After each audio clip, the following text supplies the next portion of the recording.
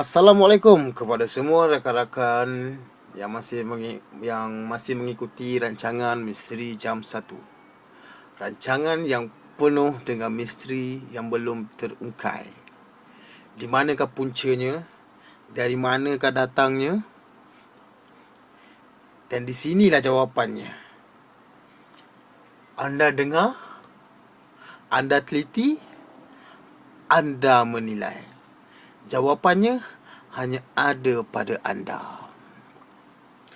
Misteri Jam 1, seperti biasa, seperti hari-hari yang sebelumnya, akan merungkai segala-gala misteri yang berada di Malaysia, di negara tercinta kita ini.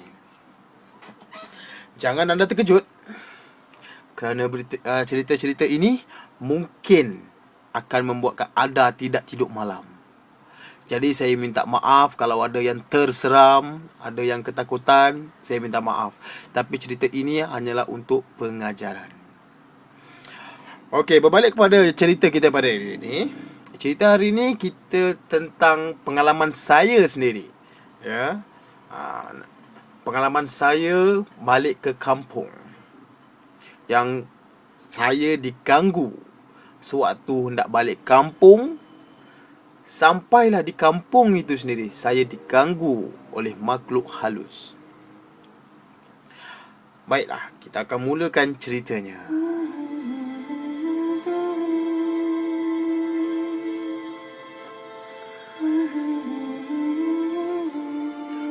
Ceritanya bermula di Kuala Lumpur. Di sebuah perkampungan di kawasan Bangsa, di kawasan pantai dalam. Di sana ada seorang remaja. Sayalah remaja itu. Tinggal di sana bersama keluarga saya. Selama 6 orang tinggal. Waktu itu malam sebelum hari raya, hari Syawal menjelma. Biasalah kan, kita menyambutnya apa semua kan.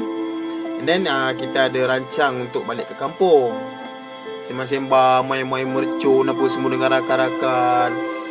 Kami kebiasaannya satu keluarga akan balik ke kampung pada malam tu lah, malam raya tu. Jadi saya pun pack barang saya. Pack barang apa semua, masuk ke dalam kereta, tolong menolong ayah saya apa semua, ibu saya, adik-adik saya semua. Jadi kami pun memulakanlah perjalanan. Kami ikut Highway Plus, Highway Utara Selatan. Kami memulakan perjalanan. Ambil tiket yang pertama. Berjalan.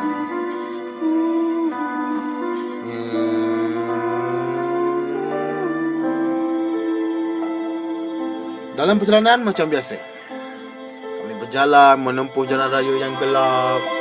Jalan raya yang sungguh meriah. Bermacam-macam orang, bermacam-macam ragam. Masa kami naik kereta. Di dalam perjalanan kami, setelah hampir 1 jam, kampung kami di Perak, di Kuala Kangsar. Kami berjalan, jalan.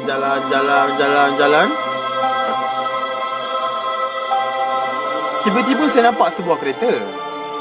Kereta family, kereta Alphard. Ya. Kereta Alphard. Kereta itu dipandu oleh seorang Cina yang berkeluarga. Dia dengan isteri dia di depan, dan dia dengan isterinya dan anaknya di belakang keseorangan. Dan seat belakang semua kosong lah.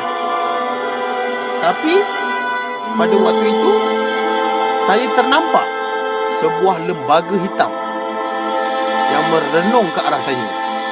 Saya pun, yelah, dah nampak hantu. Saya pun terkejut lah. Saya bagi tahu mak saya, "Mak, nampak tu mak, ada lembaga hitam kat kereta tu mak." Mak saya pun pandang lah. Mana ada je kau ni, menggarut je kau ni kan, mak saya cakap. Lepas tu saya pun, "Ya Allah mak, tadi je tengok ada." Tak apalah mak, biarlah, mungkin Joe ni, yelah, Joe rabun ke apa ke kan. Tak apalah. Okey, kami pun teruskan perjalanan. Jadi kami pun berhenti di di Sungai Buloh. Kami berehat di arena sana. RNR rehat dan makan. Kami pun berhenti makan. Pergi makan. Lepas tu saya pun, yalah dekat tempat makan tu, biasalah kan, nak makan-makan mestilah nak buang air kecil ke apa ke. Saya pergi ke tandas. Dalam pergi ke tandas tu tentu tak adalah ramai sangat. Yalah biasalah pagi kan. Pagi memang dah tak ramai sangat orang di kat tandas tu. Saya tengok tandas yang belah hujung sekali. Saya nak masuk tapi ada orang. Sebab saya memang suka pakai tandas yang belah hujung ni. Sebab hujung kan, belakang-belakang ni saya suka sikit. Jadi saya masuk tandas sebelah dia. Okey, saya masuk. Saya rasa tandas sebelah saya tadi, yang tandas hujung tadi tu dah lama orang pakai. Tapi tak ada pula keluar masuk. Saya dah dekat 15 minit buang yang besar, tapi dia tak keluar. Jadi saya pun tengoklah ke bawah. Bila saya pandang bawah tu, saya tengok orang pakai macam pakaian jubah, pakaian semayang, nak pergi semayang, baju colour putih. Saya cakap, ini dah lain macam ni. Ni betul-betul dia nak cari saya ni kan. Memang dia nak, yalah nak cuba menguji saya lah. Tuhan nak menguji saya. Saya pun baca ayat kursi apa semua. Lepas tu saya pandang balik, lembaga tu dah hilang. Lepas tu bila saya keluar balik tengok, pintu tu memang terbuka. Mungkin mata saya waktu tu telah dikaburi lah oleh benda tu. Mungkin dia nak mengganggu saya ataupun apa kan. And after that, saya pergilah kepada family saya. Tapi badan saya tak adalah menceritakan. Tentang benda itu. Saya tidak menceritakan tentang itu. Tapi lepas tu kami pun bergeraklah ke kereta. Kami pun mahu meneruskan perjalanan. Okay, so kami meneruskan perjalanan untuk ke Perak daripada Sungai Buloh tadi kan. Okay, kami teruskan perjalanan. Naik kereta jalan. Naik kereta bapak saya kan. Naik. Jalan macam biasa. Meter 120. Jalan relax highway.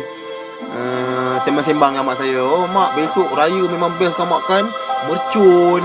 Nanti dapat duit raya banyak kan. Pergi raya. And after that, saya jalan highway biasalah. Kita tak bawa kereta, ayah kita bawa kereta. Kita mata melia-lia lah. Lepas tu ada saya ternampak kereta lama tau. Kereta Toyota ni yang saya ganjil ni.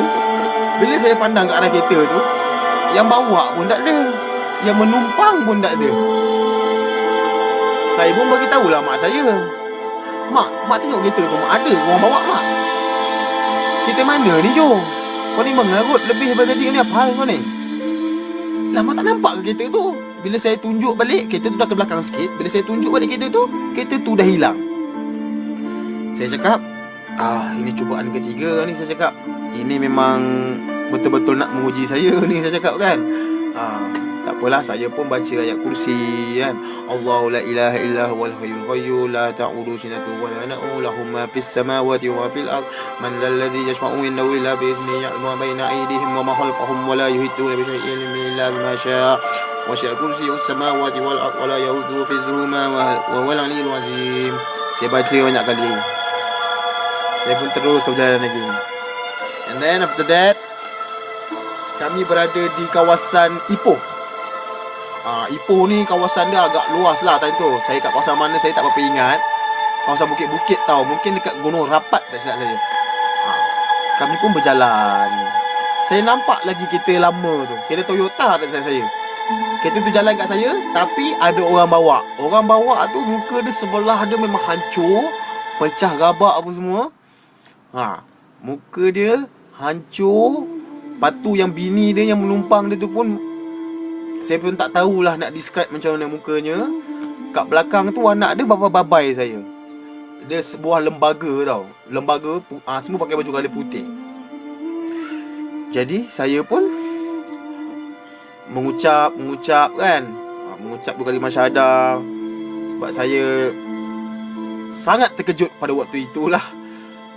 Tapi benda ni saya memang tak cerita dengan mak saya.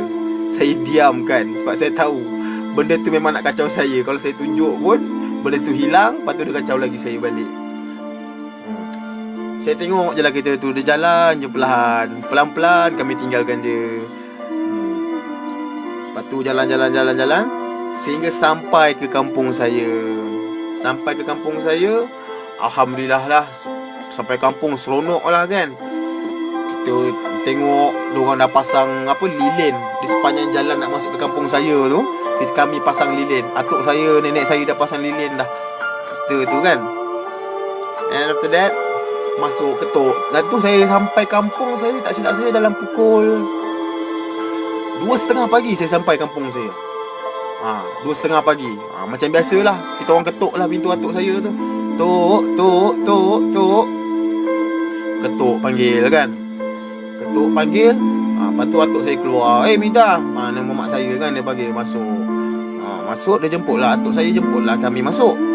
Kami masuk, ambil barang daripada kereta apa semua. Dan tu keluarga keluarga saudara mara saya semua memang dah ramai lah. Jadi kami pun masuk macam biasa. Diorang semua dah tidur dah. Kami masuk semua, kami semua terus baring lah. Semua dah tidur kan, sebab besok pagi kita nak sembahyang raya pula.